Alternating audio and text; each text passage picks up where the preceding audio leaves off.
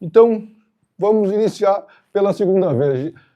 Boa noite a todos, muito obrigado que vocês estão participando. Eu vou acompanhar alguns questionamentos de vocês aqui no celular, se não tivesse delay, espero que não.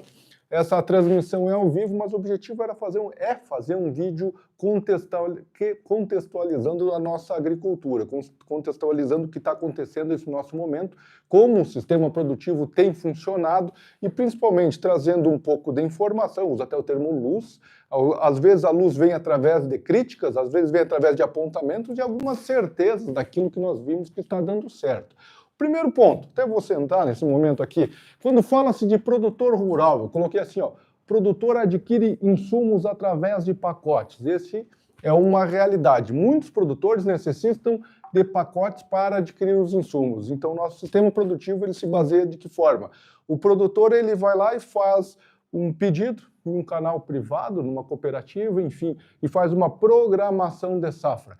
De certa forma, isso é bom. É bom porque ele sabe o que ele vai usar ao longo da safra, mas tem um grande risco, um grande problema dessa nossa parte do sistema. E qual é ele? Coloca aqui embaixo para a gente qual é o problema que você vislumbra quando se faz pacote. Vamos pensar no Rio Grande do Sul? Rio Grande do Sul com muitas secas nas últimas safras. O cara foi lá e fez o pacote, fez o pacotão na cooperativa ou no canal privado. E agora, José? Ele fez o pacotão e faltou chuva. Ele programou todo aquele volume de insumos, seja de herbicida, de fungicida, de inseticida, toda aquela adubação de base e aquilo não foi usufruído.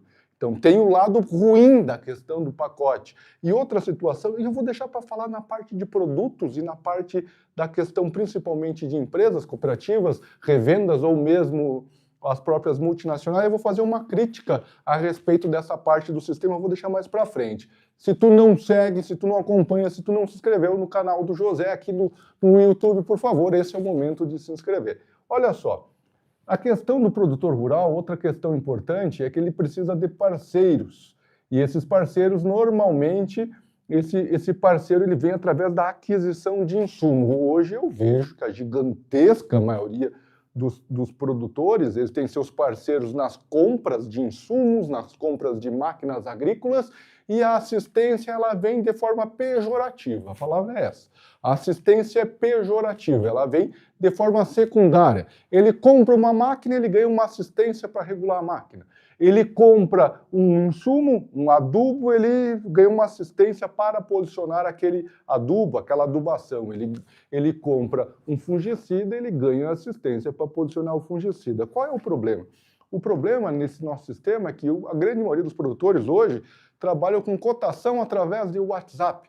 Então, mesmo o pequeno produtor, que é a grande maioria dos produtores do Brasil, lembrando um outro vídeo que fiz, algo próximo de 81% dos produtores do Brasil de soja plantam menos de 50 hectares. Então, imagina, um produtor de 50 hectares, que não é viável economicamente para se dar assistência, essa é a realidade, para um José, para um agrônomo de campo, para você que é agrônomo, ir lá e visitar esse produtor de 50 é praticamente inviável. Eu até hoje à tarde estava pensando sobre isso daí e vislumbrando assim, a quantidade de área que um agrônomo necessitaria ter para ser viável ele ser assistente de campo, sem viés comercial, apenas posicionando produtos. Assim, olha, eu vislumbro um bom agrônomo com o conhecimento que ele tem, algo perto aí de 8,8 salários mínimos tem que sobrar para ele. Daí você tem todos os custos, os encargos, 1,4, 1,5, que seriam os encargos se ele fosse funcionário de uma empresa, mas a dedicação exclusiva de estar trabalhando à noite, trabalhando sábado, trabalhando domingo, esse cara tem que atender pelo menos 3 mil hectares. Então vamos pegar aqui 3 mil hectares, se tu dividir por 50 hectares, que é o pequeno produtor, nessa questão produtor-assistência, são 60 produtores. Não tem como você atender bem 60 produtores na assistência. Ou seja, é uma outra relação complicadíssima do sistema. O sistema é composto da maioria de pequenos produtores e que recebem assistência principalmente através da comercialização de algum produto, seja a maquinária agrícola ou seja a questão de implementos, a maquinário ou insumos. E agora, José, eu falei para vocês essa nossa questão do celular, onde um produtor de 50 hectares vai cotar produtos, que são a maioria. Se ele vai cotar produto, ele vai fracionar muitas vezes, vai comprar um pouco da cooperativa A, B ou C, do canal privado, e ele fracionando produtos, aquele que é o assistente vendedor ou que faz a venda assistida, ele também não consegue. Essa é a realidade. Não tem margem, não tem volume de venda para esse pequeno produtor para que ele vá lá e preste a assistência. Então, a questão do produtor, que ele é dependente de adquirir insumos através de pacotes, ele tem um risco de não usar esse pacote. Ele tem um risco de que ele adquirindo de forma fracionada, ninguém vai vistoriar a lavoura dele ao longo da safra. Ou vai a cada morte de papa, uma vez por mês não é assistência, tá?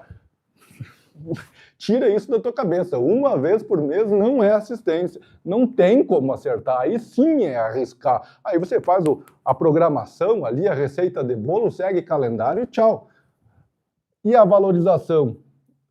Valorizar a assistência, por mais que ele valorize, eu tenho um ou outro pequeno produtor, quando ele é do lado de um produtor maior, nós atendemos um ou outro pequeno produtor. Assim, quando é muito do lado, ou porque a gente tem uma parceria de longa data, muitos anos, quando eu iniciei, mas se for botar na ponta do lápis, sinceramente, talvez não é viável. A Carla até tá ali agora, fez uma cara, ela volta e meia me cobra isso, eu falo, não, mas fulano, eu gosto demais, eu quero bem demais ele, atendo há muito tempo, então eu vou continuar indo. Falar dessa parte de produtor, que muitos também não valorizam a assistência, até porque ele está dentro de um sistema onde ele comprou o produto e ganhou a assistência. Ele só ganha assistência de comprar o produto, mas tudo bem. Ele acha que a assistência é de graça, mas tudo bem. Há muito disso, né? Há muito. E também há muito dos nossos agrônomos, que gostam de dar informação de graça. Mas aí eu vou falar para um outro momento, posso até começar por isso, que é a questão da assistência. E na assistência eu botei 3 tópicos para vocês aqui. Um deles, ela é gratuita na compra dos insumos, ou seja, acabei de falar esse, a extensão pública é um tipo de assistência, e o outro é assistência privada, que é o que o José faz. Vamos falar de assistência. A primeira é assistência gratuita. Eu vou sentar aqui um pouquinho. Beleza, assistência gratuita. A assistência sendo gratuita, o que acontece? Ela só vai te dizer aquilo que está dentro do portfólio. Essa é a tendência. Não adianta, o mercado diz isso. Ele vai te dizer aquilo que realmente ele tem a possibilidade de te vender. Raramente ele vai te posicionar, isso é verdade, raramente ele vai te posicionar um produto que não está dentro daquele portfólio. E ele posicionando esse produto que está dentro do portfólio, eventualmente não é o mais barato, ou eventualmente não é o de maior capacidade de controle ou retorno em produtividade da tua lavoura. Então temos esse grande risco quando você tem uma assistência vinculada à venda. Gigantesco risco, é a normalidade. E ele tem que ser ético, não apenas com o produtor, o assistente, o colega que é vendedor, ele tem que ser ético com a empresa que vende para ele. E eu digo isso até porque estou ficando velho e antigamente eu tinha um grande impasse na minha cabeça, mas grande mesmo impasse na minha cabeça, que era em relação a algumas coisas que eu fiz no meu passado. Inclusive, falei sobre isso para o próprio dono da empresa ano passado. Eu trabalhei alguns anos atrás aqui na minha empresa, num canal privado, eu era vendedor de campo, e tiveram algumas situações onde, para determinada aplicação, a empresa que eu trabalhava não tinha produto, ou não tinha o melhor produto para aquela situação.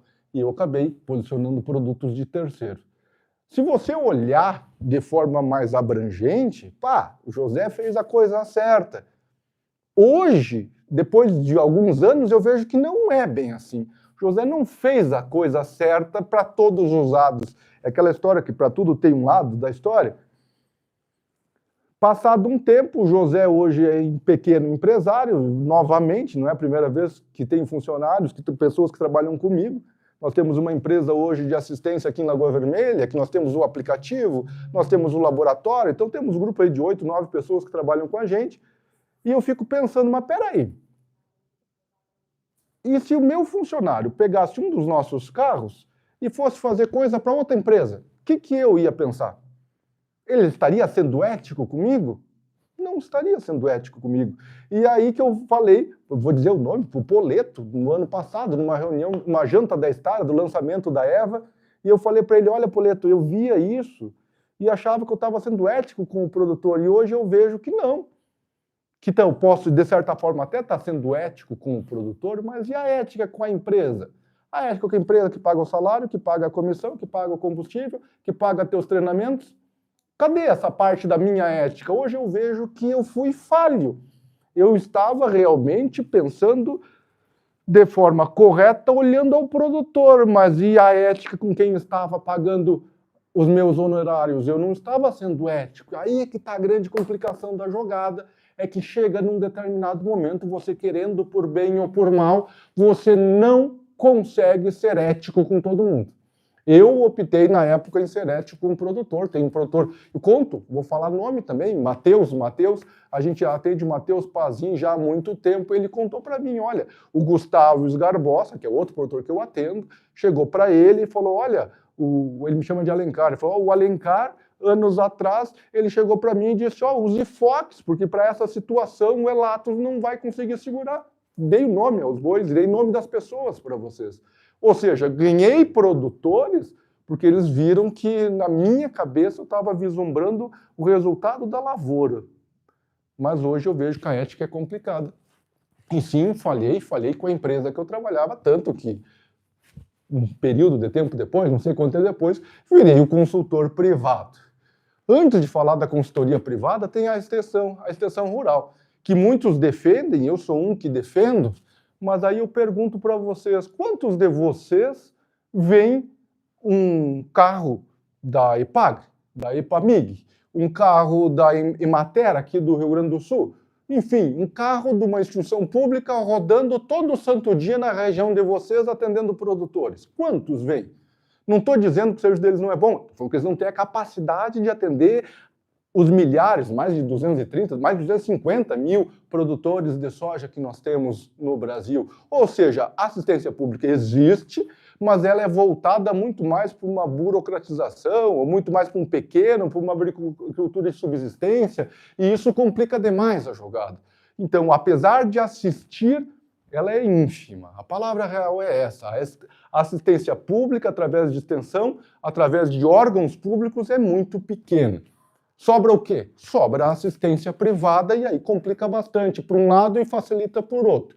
Existem consultores iguais o José, que rodam lavouras a safra inteira. Existem consultores que até não rodam tanto, mas dão uma assistência privada e fazem cotações. Esses são odiados.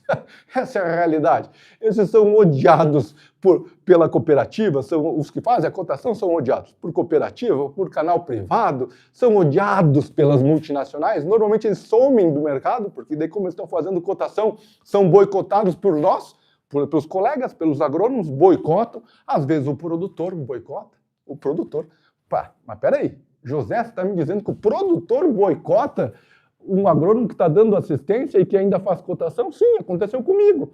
Então agora para você que...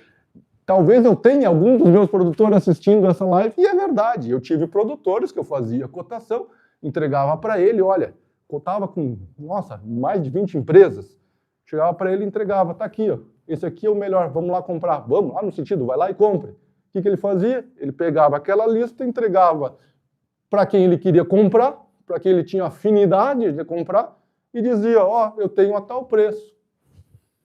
Acaba boicotando o agrônomo que faz esse tipo de serviço. Mas, enfim, na assistência, eu digo que é um grande mercado hoje para a agricultura. Eu primeiro virei agrônomo para depois entender de lavoura. A palavra é essa, né? Eu não sou de família diretamente de agricultura. Meu avô até tinha um tambo, lidava com gado de leite, enfim, mas lidar com lavoura eu não tinha esse vínculo. E eu não imaginava que a grande maioria das nossas possibilidades de empregos como agrônomo seriam possibilidades voltadas principalmente à parte de comercialização. Eu imaginava que era muito mais a assistência. Mas a assistência privada ela não é para todos. A assistência privada é o que vem com o tempo, vem com a experiência, vem com a prática e com o estudo. E aí complica. Eu diria assim, ó, bem transparente. Eu sou, de certa forma, eu sou conservador para algumas situações, mas radical para outras, no sentido de que, vou falar uma frase talvez um pouco pesada, o estudo, bem transparente. O estudo de terceiro grau não é para todos. É a realidade, não é para todos. Nem todos têm a capacidade de ser um bom profissional do terceiro grau, assim como há há sim formações acadêmicas que o mercado está saturado, então você dizer assim, que nem diz o governo, estudo para todos, ensino para todos. Tem mercado de trabalho para todo mundo ser médico? Tem mercado de trabalho para todo mundo ser agrônomo? Tem mercado... Não existe isso. Então, existem funções mais técnicas, e há, por exemplo, países como a Austrália, que lá é bem mais importante você saber administrar uma empresa, você montar a tua empresa, você ter uma função mais técnica do que ter um terceiro grau. Mas é outra história. Nessa questão de que o ensino não é para todos e a agronomia não é para todos, eu digo que a assistência não é para todos. O resumo da brincadeira é isso, a assistência não é para todos. É um cara que tem que estar disponível, normalmente, de manhã, de tarde, de noite. De manhã, de tarde, de noite. Porque o produtor é 6, 7, 8, 9 da noite que ele vai falar, amanhã às 5 eu preciso aplicar, o que eu vou fazer? E daí não é um produtor, são 10, 20, 30 que toda noite vão te perguntar alguma coisa, ou quase toda noite, mas que seja 30 produtores que tu vai atender na assistência, e a cada 3 dias eu te faço uma pergunta à noite, toda noite você tem 10 produtores te fazendo questionamentos. Ao mesmo tempo, a agricultura é dinâmica demais. Então nós temos cada vez mais soluções, ferramentas, produtos, e o agrônomo que dá assistência necessita estar sempre estudando, praticando, treinando. E aí que está a grande complicação, porque o agrônomo que dá assistência, nem todos são bem vistos pelas empresas. E aí muitos deles são cortados. Eu vou até dizer assim, por exemplo, o nome de um amigo, não vou dizer o nome dele, porque eu não sei se ele está dando assistência ainda, um cara aqui da região, que ele dava assistência, e um dia ele chegou para mim e falou, olha, é complicado, porque agora que eu dou assistência, nenhuma empresa mais me chama para ir participar dos treinamentos. É o óbvio, né? Porque quando você tem um agrônomo que dá assistência em diferentes bandeiras, normalmente eles estão vislumbrando que aquele agrônomo ele é um concorrente. Não é que é essa a situação, mas se o cara não tem bandeira, ele vai indicar a marca que for. Tem um outro problema que está surgindo, principalmente com o digital, nem estava aqui, lembrei disso agora. Na verdade, eu botei meia dúzia de item, comecei a falar com vocês e estou até agora. Achei que ia ser mais curto e vou me prolongar dos 20 minutos que eu imaginava que ia fazer. Mas olha só, tem uma outra complicação que está acontecendo na assistência, que tem um monte de consultor ganhando 2 vezes. Um monte ganhando 2 vezes. Uma vez era só pesquisador que tinha. Os pesquisadores, aqueles que as multi adoram, normalmente era só eles que ganhavam 2 vezes. Que daí ele ia lá, ganhava para fazer o protocolo de pesquisa, depois ganhava para palestra. Agora não. Agora tem um monte de consultor de campo que está ganhando 2 vezes. Ele ganha pelos assistentes à distância, ele ganha pelo telefone, ele ganha por um monte de... Enfim, está ganhando várias vezes de todos os lados. E aí você tem que saber com quem que você está lidando. Porque o mercado tem um monte desse tipo de profissional. E dos produtos? Vamos falar dos produtos e, por final, das pesquisas. Dentro dos produtos, eu vou falar das empresas. Produtos. Nós temos hoje, basicamente, o produtor ele compra de revenda ou compra das cooperativas. O que eu vislumbro é muito parecido as situações, seja de revenda ou seja de cooperativa. Quando eu falo de revenda, a grande vantagem da revenda, eu compro muito de revenda. A grande vantagem, meus produtores, a maioria compram os produtores que eu atendo, mais de revenda do que de cooperativa. Basicamente porque a revenda, apesar de ela ter um portfólio menor quantidade de produto, ela tem uma condição melhor de pagamento. Às vezes você consegue parcelar melhor, às vezes você consegue, se for curto, é lógico, às vezes você consegue, a maior parte das vezes você consegue barganhar mais, você consegue pagar melhor, comprar melhor esse produto. Tem uma outra situação que o pessoal vai para a revenda. Enquanto não, quando vai para a cooperativa, a grande vantagem da cooperativa é o portfólio, diversas bandeiras, o agrônomo que está ali fazendo esse tipo de serviço, ele tem uma facilidade melhor de posicionar, porque ele não é canal Syngenta, ele não é canal Bayer, ele não é canal Corteva. Então ele tem, às vezes, as 3 bandeiras e outras tantas mais na mão, enfim, tem Rara, tem outras tantas que ele pode posicionar. Então esse cara é mais fácil dele conseguir vincular literalmente a ética ao produtor rural da ética pensando na ética da empresa, seja a cooperativa ou seja a revenda. Nessas questões todas, nós temos a questão, volto a dizer, do pacote, e o pacote complica uma outra jogada. E aí sim eu vou falar uma dor que eu tenho, inclusive com cooperativa, só não vou citar nome para não me incomodar, mas quem me conhece sabe aonde eu sou cooperado. Quem me conhece sabe. Quer ver uma dor muito grande minha? Eu lembro da seca 19, 20, uma seca muito forte no Rio Grande do Sul, parte de Santa Catarina. Eu colhi naquele ano acho que foi na 19 e 20, eu colhi 32 sacos de soja de média. Eu e todos os meus produtores com médias horríveis, a grande maioria com média que não deu de empatar, se levar o custo de arrenda e outras coisas, não empatou, teve prejuízo. E daí eu recebo uma mensagem no grupo da cooperativa, do WhatsApp, dizendo recorde de faturamento e de vendas de cooperativa, de não sei o que, recorde. Eu fiquei olhando para aquilo e fiquei, puta merda, recorde? Como é que a cooperativa tem recorde num ano onde os produtores se lascaram? Aquilo, para mim, foi o fim da picada. E depois aconteceu outra seca, a mesma história, e eu fico pensando, é lógico, né? Vamos ser bem sinceros. Se você tem uma empresa, eu tenho uma empresa de qualquer coisa, vou inventar uma empresa hipotética, uma empresa de bala. Comprei as balas. As balas têm um período de vencimento. Quando chegar próximo de vencer, eu tenho que fazer o quê? Escoar? Tenho que jogar para o campo. Ou então, se eu comprei elas e essas aí eu fiz um pacote com a Multi que me vendeu essas balas, chega na época eu tenho que quitar a conta que eu comprei lá atrás. Então existe uma grande complicação nesse nosso sistema produtivo que nós estamos falando de CNPJ, e CNPJ tem que ter saúde financeira. Ela precisa programar o que ela vai vender ao longo do ano e quando chegar lá no final de virar a safra, ela tem que ter escoado tudo aquilo que ela programou. Não é só ter comprado, ela tem que ter escoado. Não é só ter pago, tem que ter comprado, pago e escoado.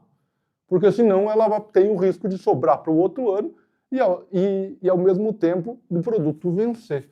É por isso que o sistema produtivo é complicadíssimo. E daí como é que você vai dizer de ética? A ética da empresa, seja uma cooperativa ou seja de um canal privado, uma revenda, é escoar, porque ela tem seus funcionários, tem a sua estrutura, tem que manter todo mundo. Então é bem complicado o nosso sistema produtivo e eu tenho que chegar para vocês até na questão das multinacionais. As multis, eu coloquei aqui, ó, temos tanto produto bom no mercado. Foi uma frase que eu coloquei. Temos por quem? Pelas empresas, principalmente as empresas públicas, elas também, mas eu digo mais num biológico, estilo Azospirillum ou estilo, principalmente o Brad Rhizobium da Mariângela Hungria.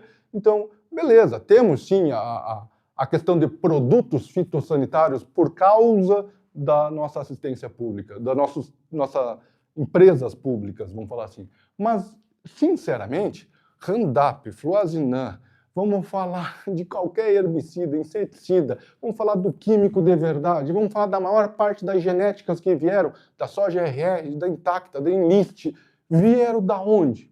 Vieram principalmente por causa das multinacionais. E quando tem, assim, muita gente jogando pedrada, a multi isso, a multi aquilo, a multi só quer ganhar, é óbvio que ela só quer ganhar. Você produz para ganhar dinheiro. Eu estou aqui conversando com vocês para, num futuro, ganhar uma assistência, um aplicativo. Todo mundo trabalha para ganhar dinheiro e ganhar dinheiro não é feio. Pelo contrário, é bonito.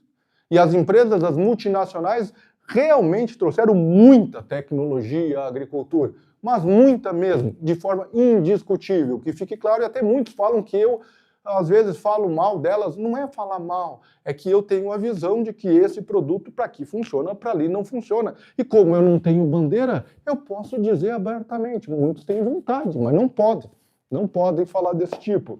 Agora, tem um lado ruim da assistência não, da multinacional, que elas ajudaram o sistema, de que o produtor ganha o produto, compra o produto, ele ganha assistência, compra o adubo, ele ganha assistência, o adubo é muito pouco, muito difícil, mas compra o herbicida, o fungicida, o inseticida, ele ganha assistência. Assistência é moeda de troca, é de graça, não tem valor algum. Então, nesse sentido, o sistema todo se formou dessa forma, aonde o teu valor como agrônomo é inferior ao teu valor como vendedor. Você precisa primeiro vender, para daí, se você vender, você dá assistência. Então, esse é o lado ruim de todo o sistema. E da pesquisa, por final, a última questão que eu queria abordar nessa noite, nesse nosso domingo, é a questão pública e privada da pesquisa. A questão pública é que nós temos, sim, muitas pesquisas, sejam bases ou aplicadas cada vez melhores na nossa agricultura. Nós melhoramos muito por causa de ensaios em rede do Maurício Maier, por causa de ensaios de biológico ou de mofo branco, por causa de ensaios pensando também no controle da ferrugem com a Cláudia Godoy. Nós melhoramos muito por causa de ensaios de diversas instituições públicas, desses pesquisadores públicos. e a assistência privada vem aumentando, a pesquisa privada vem aumentando cada vez mais, ela tem seu grande valor, com toda certeza, mas a assistência privada, ela está lá, a pesquisa privada muito mais, eu faço isso muito mais do que selecionar um produto, um ativo, um nutriente que vá realmente dar algo a mais em produtividade. A pesquisa privada ela está muito mais em posicionar esses produtos, em testar esses produtos já pesquisados para fazer com que o produtor ganhe mais dinheiro. Eu vou ver aqui como é que nós estamos aqui de questionamento, se tem alguma coisa ou não, mas é